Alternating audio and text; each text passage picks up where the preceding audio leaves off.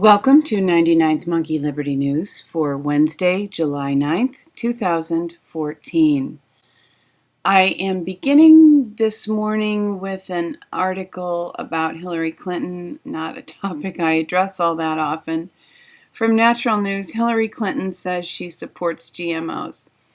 Well, I don't find that surprising, but what I did find a little surprising was an email this morning from a group that I receive emails from, Organic Consumers, mentioning this same issue and asking people to sign a petition or write letters, I think it was actually, to Hillary to ask her to not support GMOs. Well, the reason I was surprised by that, there's a better approach to that issue. Don't vote for Hillary. Don't support Hillary. Don't even lean in that direction. Don't even consider her as president. And all of us do everything we can to prevent her from being at all involved in leadership in this country. This is a little interesting tidbit in case you haven't heard it. It might impact upon your life. This article is from Ben Swan. TSA bans cell phones and laptops with dead batteries from overseas flights. If you are trying to enter the country and from overseas on a plane, and your laptop battery or your cell phone battery or any of your electronics batteries are dead, they may confiscate those electronics from you or not permit you to board, whatever. This is, a serious problem. It's difficult sometimes to find a place to charge your electronics. If you're working on something at your hotel, you might, or on your way somewhere traveling, you might use up the last little bit of battery working on something that, that you want to have complete at a certain time. And I see this as a real problem, and I'm sure that a lot of people do, but really why I want to address it is just to show how erratic and just seemingly random these decisions are sometimes. There is a claim that someone believes that there may be a threat of someone trying to hijack a plane using, fake cell phone, laptop, whatever. What I find amusing about that is if a person is good with electronics, if you're a hacker, if that's the kind of thing that you do, could you not just have an app on your cell phone that would do, whatever these fake cell phones are thought to do? TSA officials believe that this threat could come in the form of a bomb built to look like a non-functioning laptop, tablet, or mobile phone. So if you're good with electronics, if you're somebody who knows about these things, which I don't happen to, I'm guessing you could build something that would be a functioning electronic that could still be a bomb. I mean, how big does a bomb have to be? This is just, this is capricious and absurd. And we want things to make sense. I think it short circuits our brain a little bit when things don't make sense. John Rappaport has written about singular realities, multiple realities. And this blog is about how people want a boil down. People want there to be a singularity. People want there to be singular reality where you can just receive some information and feel like you have a grasp of something. I admit I'm very, very guilty of this. I can think in the abstract, and I do paint, and I love music as well. But I do like for ideas to fit into neat places. I like to be able to quantify things, mostly just because it's convenient. It allows me to think about things that really are more challenging. I mean, the things that are easy to understand and quantify. Do that and then move on to maybe something that's more complex, or maybe something that's just more fun or relationship based. But the problem with this, and I'll just skip to the end here, perception can open itself up and discover with great delight multiples. This is called art, or more generally, imagination. It sees the universe in a grain of sand, many universes. That is an interesting perception. Every once in a while, I will see something so beautiful, and could be something ordinary, like just a really beautifully shaped tree. And I think if that was the only thing I could ever see, that might be enough. I mean, sometimes there is a universe in a grain of sand. And John Rappaport writes, "No civilization can endure that cuts itself off from this opening. It can only regress into singular fascism.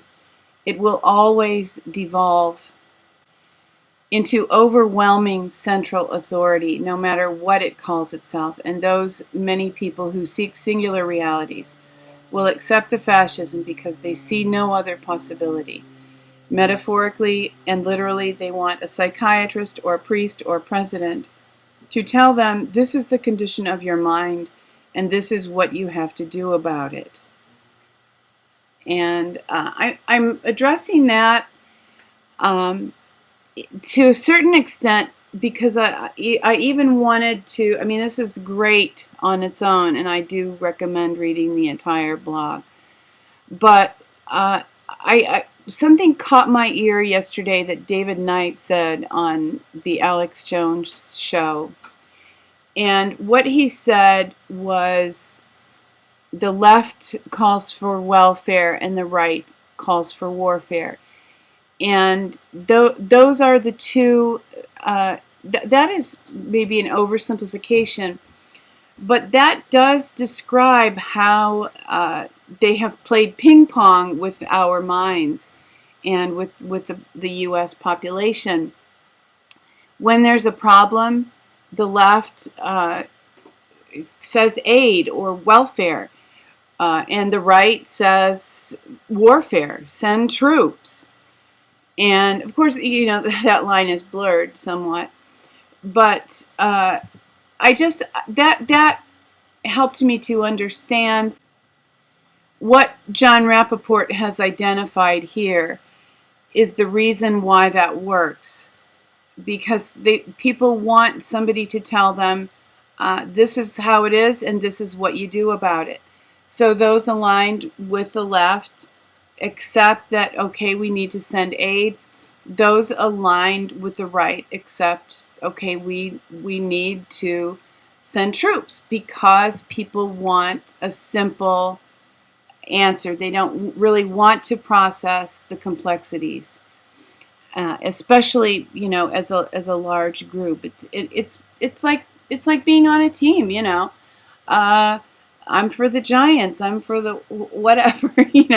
People just want to choose a side and be able to ride that out, and that does make us vulnerable, as John Rappaport wrote, to being taken over by fascists.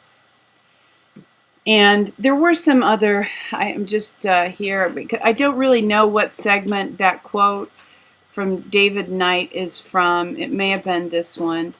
But while I'm here, I'll just click through some of these. And this I thought was particularly interesting, something that Alex or David and the crew talked about yesterday. ICE agents on paid leave as border is overrun. Evidently, there were some ICE agents, at least in one location, who were told not to do their work on the border, just take a paid leave. Just don't go to work and we'll still pay you. That is noteworthy. Cynthia McKinney posted this on her Facebook page.